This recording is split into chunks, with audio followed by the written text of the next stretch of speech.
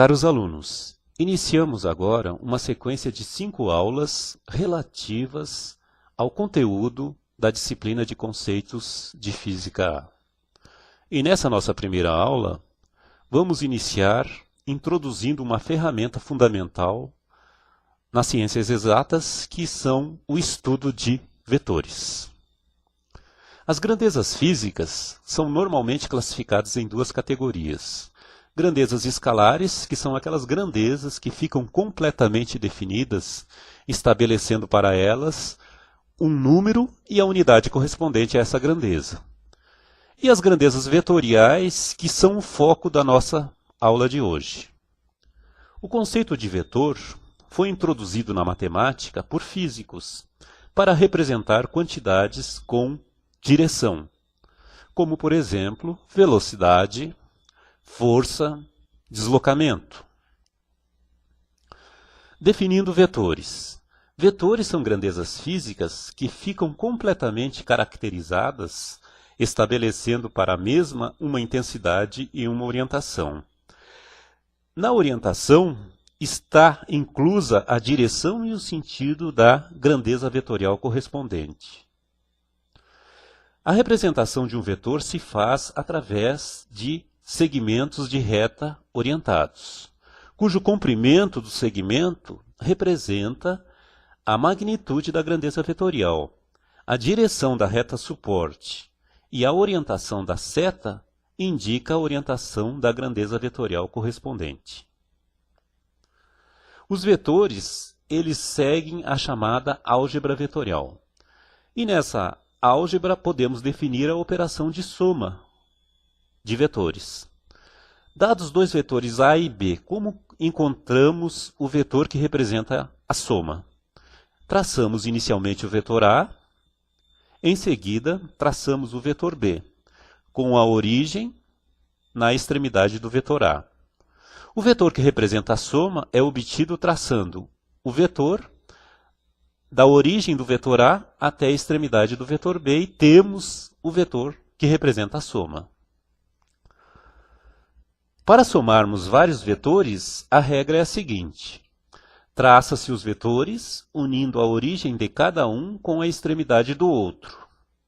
O vetor soma é obtido unindo a origem do primeiro vetor à extremidade do último, conforme indica a figura abaixo.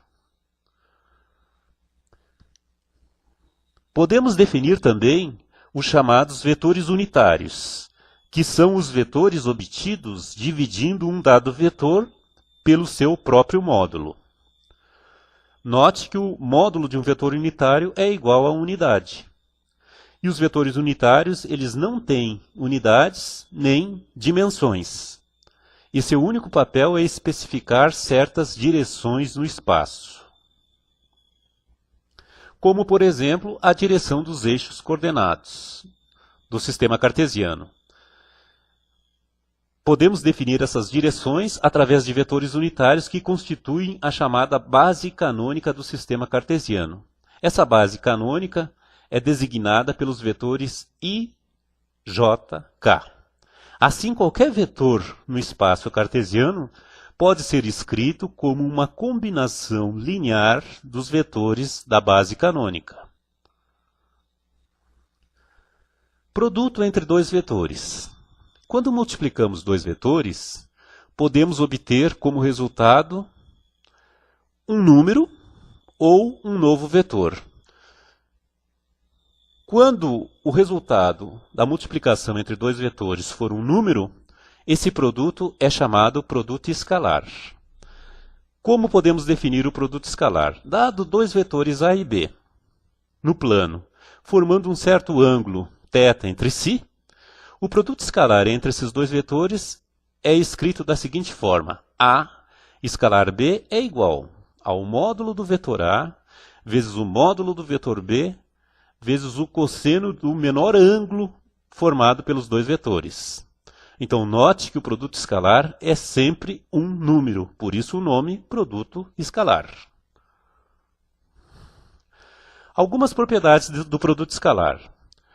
Como o produto escalar é um número, A primeira propriedade que surge é a propriedade comutativa. A escalar B é igual a B escalar A. Temos também a propriedade distributiva. Quando somamos os vetores A mais B e multiplicamos escalarmente pelo vetor C, isso é igual a A escalar C mais B escalar C. Note que se os vetores A e B forem perpendiculares entre si, o produto escalar entre esses dois vetores é sempre nulo, pois o ângulo entre eles é 90 graus.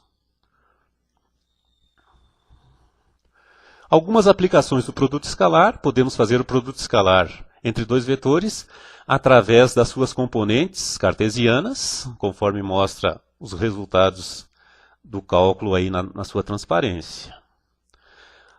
A componente de um vetor em uma dada orientação também é uma outra aplicação do produto escalar.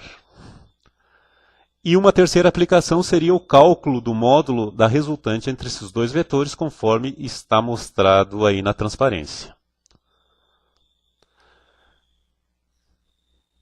O produto entre dois vetores também pode resultar um novo vetor. Nesse caso, o produto é chamado produto vetorial.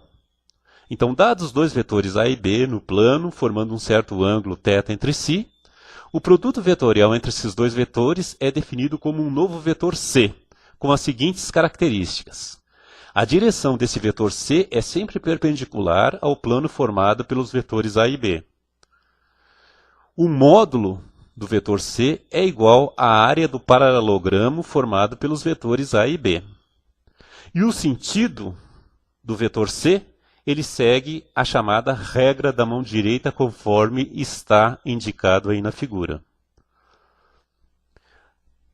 Para a base canônica, temos, conforme mostra os resultados da transparência, o produto vetorial entre os vetores unitários da base canônica. Se os vetores unitários forem iguais, o produto vetorial é sempre nulo. Se eles forem diferentes, eles seguem a chamada regra da mão direita.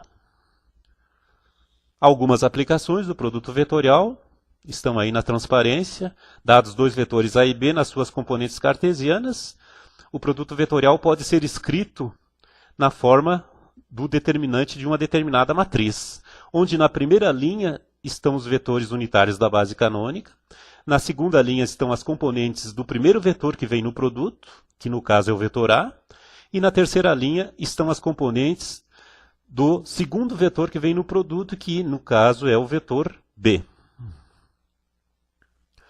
Encerramos aqui a nossa primeira aula e deixamos alguns exercícios propostos para o aluno discutir com seu professor. Agradecemos a nossa primeira aula. Encerra-se aqui.